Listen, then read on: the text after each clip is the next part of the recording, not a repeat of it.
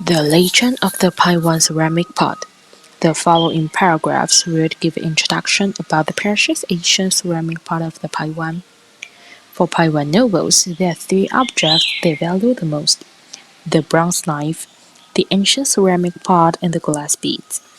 These three objects are passed down by ancestors, while the ceramic pot is the most valuable among all, since it is where the Paiwan ancestor is born and the ancestral spirits lived. The ceramic pot also affected whether the descendants of the Paiwan could be prosperous or not. There are several different legends about the ancient ceramic pot that have been passed down in different communities of the Paiwan. Once upon a time, there was Kato, the god of sun, who fell in love with a female ceramic pot. The pot laid an egg, which later hatched into a girl. The girl then married a male spirit. It was the age when only spirit existed, and no human beings had appeared. They then had a daughter, who later married the hungry-paced snake and had two children. These two children became the ancestors of the chief Mama Zangulan of a Paiwan community in Pingtung.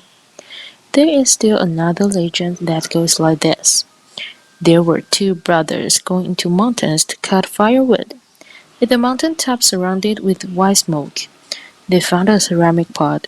They took the ceramic pot back home carefully.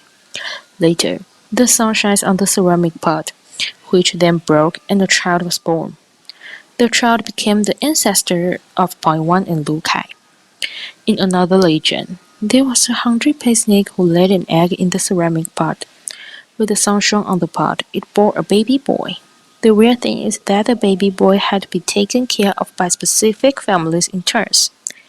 As the boy grew up, he then became the chief of the community.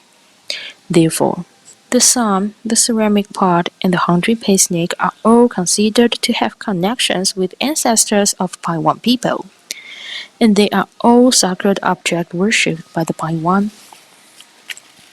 Traditionally, the ceramic pots would be divided into three categories: the male pot, the female pot, and the androgynous pot.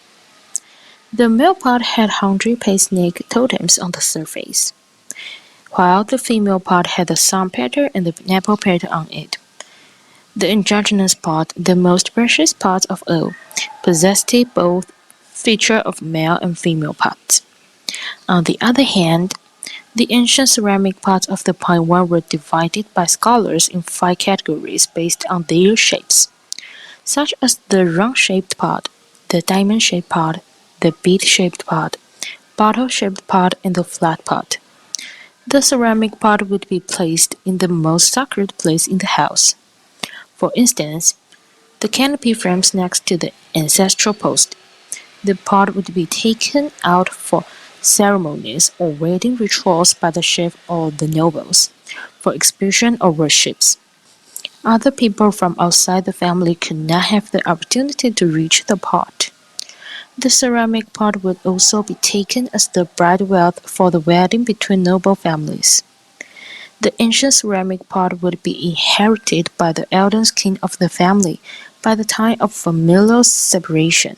The Paiwan would notch the pot and give away pieces to other family members as familial tokens. Thus, a pot with a notch does not mean it has lesser value. Although the Paiwan ancient ceramic pot is passed down through generations, the craft of creating the ceramic pot has been lost for a long time.